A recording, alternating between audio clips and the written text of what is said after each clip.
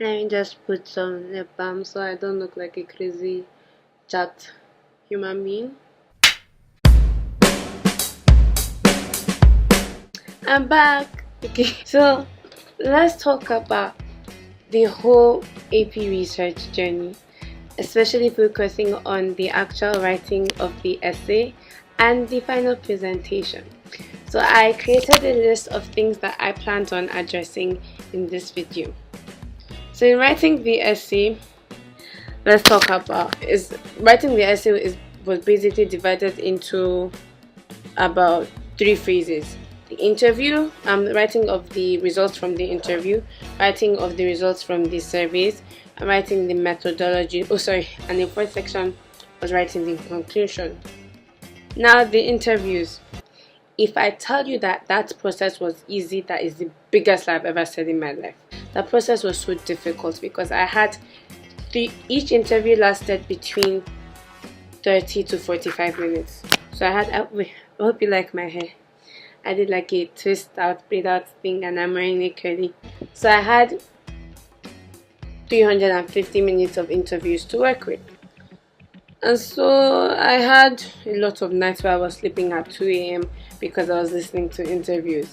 So I'm really thankful that I had gathered a lot of note-taking skills, especially mind map taking skills, and finding connections from things through my mind maps that I had done from seminar. So I was basically transcribing my interviews in note form and taking note of things that were common in interviews. And so that took a while. And by the time I was done, I had gathered above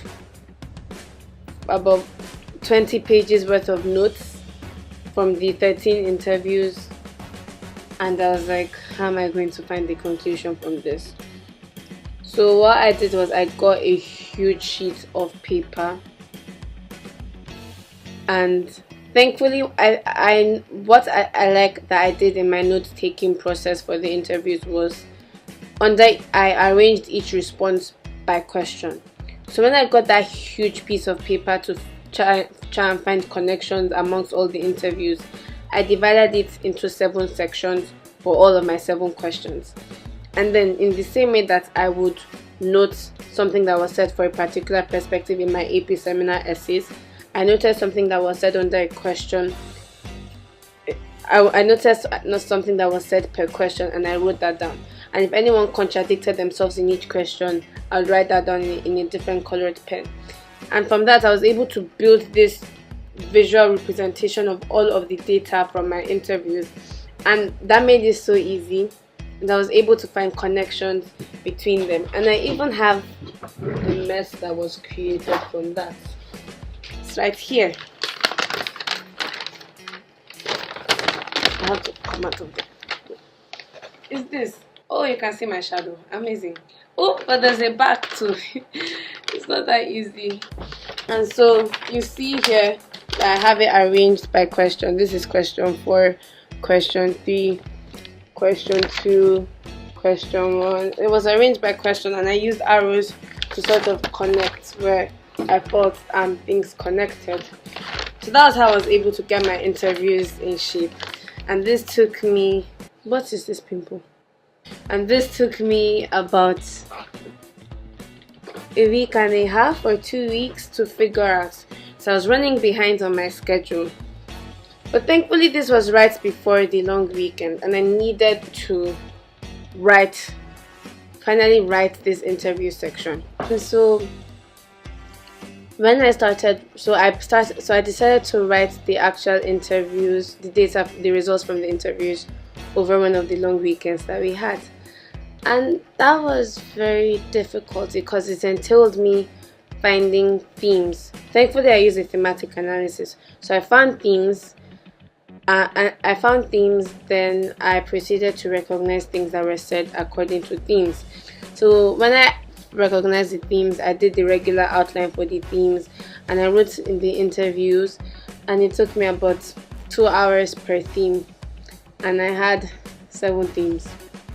So my long weekend comprised of writing interview data. So my long weekend was in that fun. But I had done it, and that was the most difficult aspect of writing the whole essay. And I felt if I could do that, then I could do anything. And so by doing that, I was able to, by doing that and able to recognize that doing the survey results was not difficult. I used this whole tallying method that Mrs. Strong taught me. So the percentages results were very easy to analyze, and the Likert scale responses, thank God that my professor recommended that, and I used that to write the results for my survey section. Now for the third section that the third section that I had to write was my methodology. Writing the methodology was a piece of cake because it's basically like writing an instructive, basically writing a list of instructions. I knew I was going to use mind maps. I knew I was going to do a thematic analysis. So everything I knew, I just had to type it down. And that wasn't difficult. The difficult part was bringing all of this together, because when I brought everything from my literature review, my methodology, my results, excluding conclusion, I had 10,000 words. And so my hair was like, what is this? So what I did over the March break was, my March break consisted of word cutting. So obviously, you know, I'm an extra person, so I had a lot of extra stuff in the essay, so I proceeded to pre-see it. So what I did was I decided if this theme is not answering my research question, it's out. And I think that was really good. So I was able to shorten it from 10,000 to 6,000 words over the March break. And so coming back to school after the March break, me and Miss Brough went ham on word cutting. Like, I became the word cutting master. I was just, I got it down to 5,498. So I had 2 words to spare. So unfortunately, when I thought I was done, I get this meeting and they told me that, guys, okay, so the college board, they said something but they meant the other thing. And we had to get it down to 5,000. 5,000 was the maximum. There's nothing you could do about it. So I just had to pre-see write like mad, and I was able to get it down, thankfully. Now for my presentation, I must say, I looked freaking amazing. I had a hair tie, I had a beautiful dress. I knew that if I looked good and if I felt that I looked good, then I would perform well. And I liked the fact that I had written all these scripts from seminars. So writing presentation scripts for this AP research paper was so easy because I was passionate about this topic. I researched everything, the results were my results. So creating a script was not difficult at all. The issue was, by the time I created the script, the maximum amount of time I had for the whole presentation was 20 minutes, and we were advised to do 15 minutes for the presentation and have 5 minutes for oral defense. So by the time I practiced my presentation, I was on about 19 minutes excluding oral defense. So I had to start cutting words, and I realized that I have a problem with being concise. And so I had to shorten it, and I went to Miss Brough and we cut out things that we felt were unnecessary.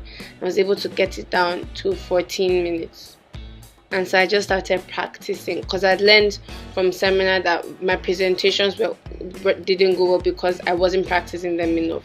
And I was so glad I was working ahead of time. By working ahead of time, I had enough time to practice it. So I practiced it 3 times before finally practicing it in front of Miss Brough, and I was well under the time limit. I was on 11 minutes and I was speaking fast. So I knew that I could speak freely and I could pace myself. And when the presentation day came, I had fun during that presentation. I made sure that I was going to enjoy myself. I created my slides as a cue for me, so that the slides would represent exactly what I was saying. So in that way, I would look at the slides to remind me and not just my note cards. That way I was more or less free of notes. And I was very proud of that presentation because I was so dynamic. I spoke clearly and that was funny, and I know I'm a funny person and I made it fun for myself. And so I was so happy with that whole presentation, and I think it went very well.